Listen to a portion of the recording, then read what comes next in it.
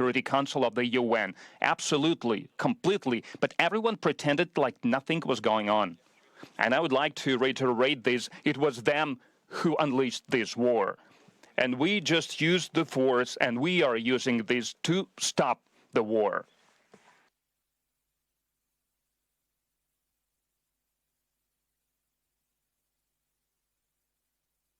Those who planned a new offensive against Donbass, Donetsk, Lugansk, they understood clearly that the next target will be Crimea and Sevastopol, and we understood this, and we knew about this. And now in Kiev, they are openly talking about this goal, so now they are out in the open. Something that we knew long time ago. We are protecting the lives of the people, our home, and the goal of the West is unbridled power. They have already spent more than $150 billion to supply weapons to the Kiev regime. Just compare, according to the Economic Cooperation and Development Organization, to help the poorest countries in the world, G7 allocated in 2020 and 2021 some $60 billion. Do you see this? They spent 150 for the war in the poorest countries. Allegedly, they are taking care about. They have allocated only 60. And they demand to follow them blindly, those countries who they pay to, and how they can talk about sustainability, about the environmental development. Where has it gone? And they are not stopping this flow of money to support war, and they are spending more money on coup in the other countries all across the world. At the recent conference in Munich, they were blaming Russia in all kinds of things. One gets an impression that they did that only to make everyone forget what the so-called West has been doing in the last decade. But it was them who let this genie out of the bottle. Entire regions were immersed into chaos by estimates of American experts as a result of those wars. And we are not the ones who came up with these numbers. Americans are presenting these numbers as a result of the wars unleashed by the U.S. after 2001. Some 900,000 people died. More than 38 million became refugees. And they want to erase it from the memory of humankind. They are pretending as if it has not happened. But no one will forget it in the world, with so many casualties and so many tragedies, but they don't care about them because what they have at stake is trillions of dollars and the opportunity to continue to steal from everyone, hiding behind the words about freedom and democracy by imposing totalitarian values that they call liberal, putting labels on entire countries and peoples by publicly insulting their leaders. They are suppressing freedom of thought in their own countries. They try to distract their own people from the corruption scandals. Because we can all see it on the screens on television, from growing inner social, international, and other kind of problems. Back in the 1930s, they led the way for Nazis to take power in Germany. And in our time, they started building anti-Russia from Ukraine. It's nothing new. People who know a little bit of history, they are perfectly aware of what's going on. It can be traced back to the 19th century. It was happening in Austria-Hungary, in Poland, and in other countries with the only goal to take away these historic territories that are now called Ukraine from our country. That was their goal. There is nothing new about it. Absolutely nothing. They are just repeating old ways. The West expedited the implementation of this project. They supported the coup in 2014. It was a bloody coup, anti-state coup, anti-constitutional coup, and it's like nothing happened, like it's a normal way of things. They even informed everyone how much money they spent on this.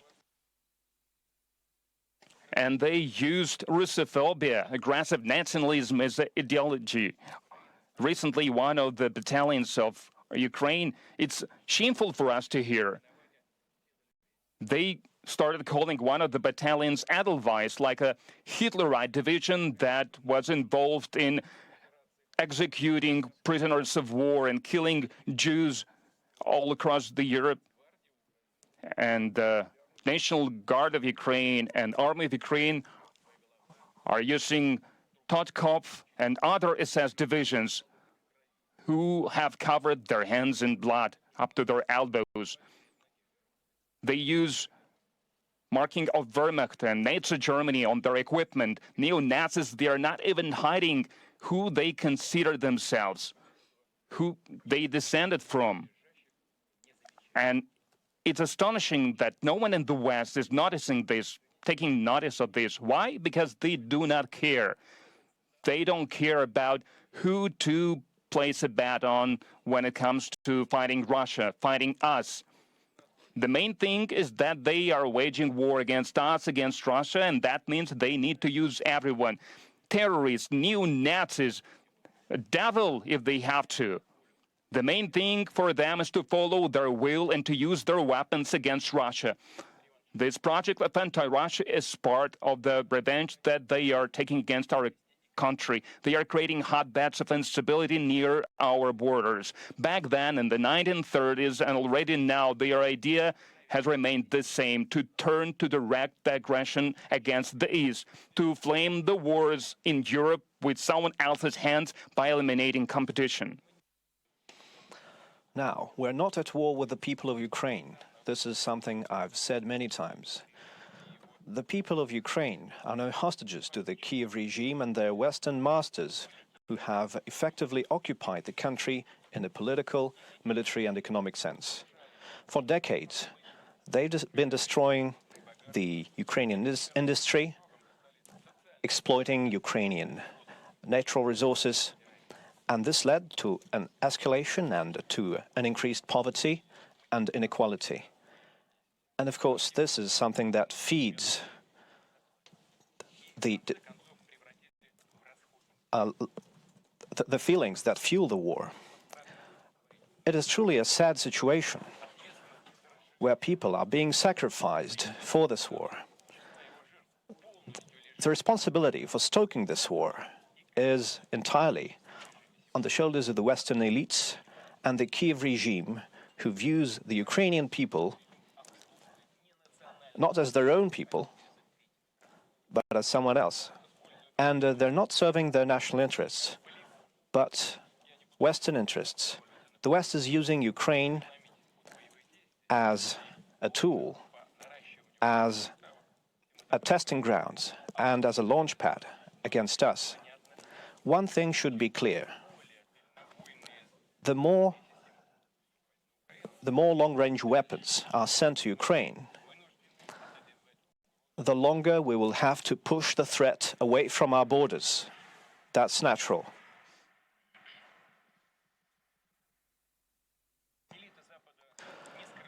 The Western elites do not conceal their goal of effecting a strategic defeat on Russia. That is their words. That means that they want to take us off the map. They want to turn the local conflict into a global confrontation. And this is how we understand this. And we will respond adequately. Because this is now about the very existence of our country.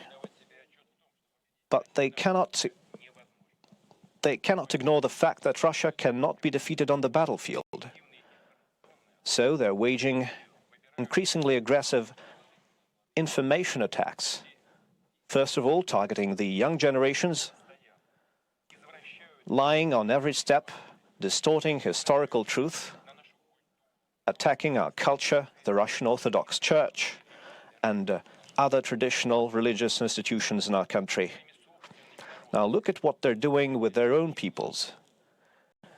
They're destroying the institution of family, their cultural and historical identity, and various perversions with regard to children up to pedophilia are accepted as the new norm, and priests are forced to recognize and officiate same-sex weddings. People can live however they want, and we in Russia have never intruded into people's private life. And we're not going to do that. But what we want to say is maybe they should take a look in the scripture, into the holy book of any great religion. It says that the family is a union between woman and man. And these holy texts are now being increasingly doubted in the West. The Anglican Church is now considering the idea of a gender-neutral God. What can we say? God forgive them. They don't know what they're doing.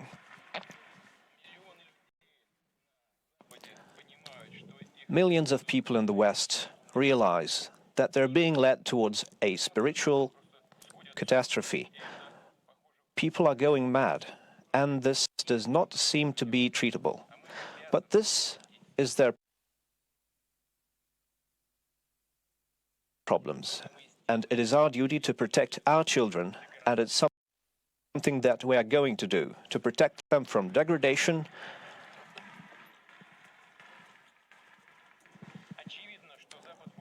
It is obvious that the West will be trying to shatter our unity and support traitors who despise their native land and who want to have a profit on their country's troubles.